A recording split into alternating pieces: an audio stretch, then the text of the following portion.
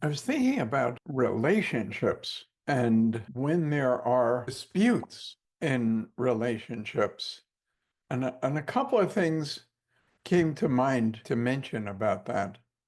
And one is when there's a dispute in a relationship, um, think back to when you were really angry because your lover, partner, whatever you call, was so damned unreasonable and totally wrong. And it became a a dispute that it's likely that you really wanted to win that argument. We were having an argument. Who won? Oh, I won the argument. I lost the argument. Well, nobody won because he was so unreasonable. Um, and a couple of things came to mind when I thought about that. And one is if this is in any way a partner or previously and potentially a lover, and that person leaves the argument with the sense that he lost that battle, that if you win the battle that your partner loses, that it's likely you've lost because we don't like to lose. And if she made me lose, well, that didn't feel good. So I guess I owe her some kind of comeuppance, whatever that is, or that thing. So I would just suggest to you when it comes to arguing with your partner, with your lover, that one way to make sure that you lose would be to win. And another thought I had about it was after the argument, since, we're adults and we're not going to behave like uh, kids, because I remember the way I would settle disputes as a kid, we would be able to figure out the philosophical answers to all kinds of questions um, by figuring out who was wrong. And the way we would figure out who was wrong is who gave up. And the way you would get the other person to give up is to hurt him more than he was hurting you. And then he would give up. And then you knew what was right and what was wrong. But since we're all grown-ups, we hopefully don't do a whole lot of that.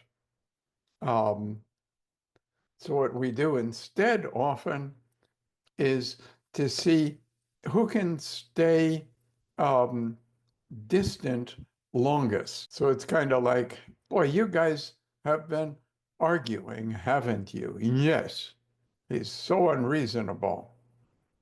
And now you're not even speaking to each other. No, we're not. I haven't said a word to him. Well, I have an idea. What? Why don't you go give him a big hug? What? Give him a big hug. I'm not going to hug him. He can come in here and hug me, but I'm certainly not going to go out there and hug him. And what we so we've matured and we don't try to, strangle the person to the point that they breathlessly cry uncle. Now we just get into a much more mature contest on who can be silent longest. Well, there are only two people in the house. Um, there's kind of a contest as to who will be able to hold out longest. Um, and that's good, isn't it? I mean, isn't that much more mature than just going and giving them a bloody face? Um, maybe a little more mature, but but it's kind of the same, isn't it? We'll figure out who was right by who could not speak to the other one. The one who spoke first is wrong. Perhaps that's not actually accurate. Perhaps that's not accurate. Perhaps you could be the person who spoke last and you are still wrong. Or maybe the person who spoke first wasn't wrong, or the person who spoke last, whatever it is. I'm losing track of how to even keep this damn thing straight. But you get the gist. How long can you be silent? Probably has about the same level of maturity as the child has when he says, if you don't give me what I want, I will hold my breath until I'm dead. Uh, okay, you can have ice cream. But probably kid doesn't win much that way either. Mom's probably just counting the seconds and hoping that maybe he'll lose consciousness. So anyway, that's the second one. And the third one is, did you ever try to share your point of view with somebody who was angry at you? Did you ever try to explain to somebody who is angry at you why their anger wasn't justified?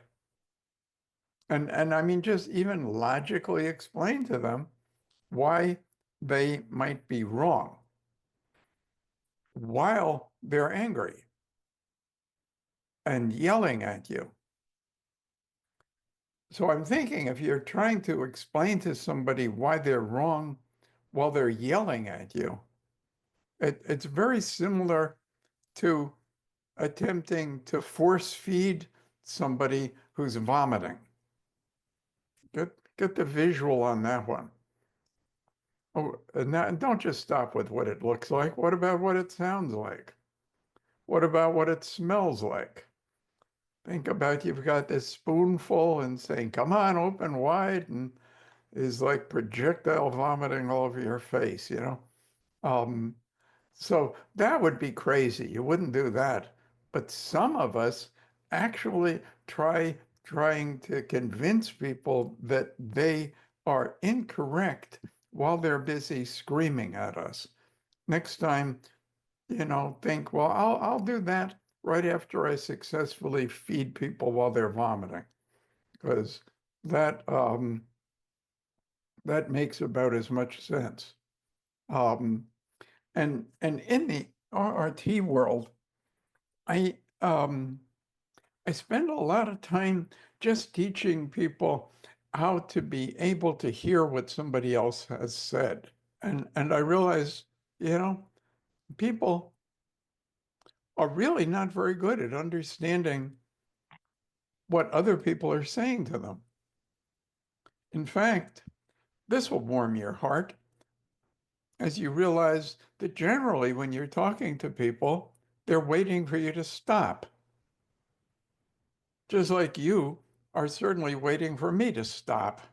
I admit it. Um, but but that's what they're doing. You're talking, they're waiting for you to stop talking so that they can talk. And they go on and talk about something else that the person hasn't said. So it doesn't come to people's attention that they don't know what each other are talking about. And so everybody thinks they do know. So if you are arguing with somebody who's telling you why they're unhappy with you, and you're explaining to them why they're wrong to be unhappy with you, and that's like force feeding somebody who's vomiting, that I know even more that that's the case because it's very hard for people to understand what another person is saying if they're just silently doing their best to listen. But if two people who are passionately angry, and when anger goes up, logic and reason goes down. So with much less logic, much less reason, people are deeply involved in trying to tell somebody who's talking that what he's saying isn't true.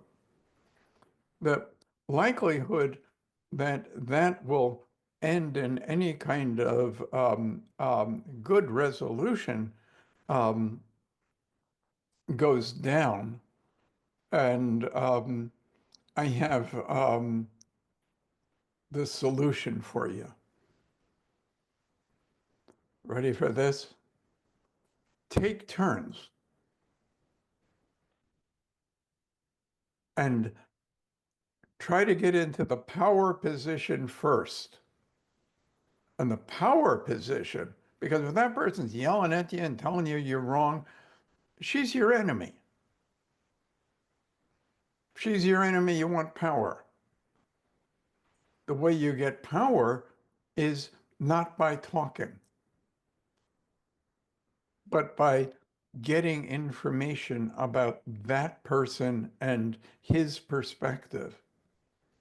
And that's why if there's a country that's threatening this other country, the country being threatened sends in spies to get more information about that guy. They don't send in newspapers to give more information about themselves. They try to get information. So if you're mad at somebody, learn about him. Don't be conveying your own thoughts. Learn about him.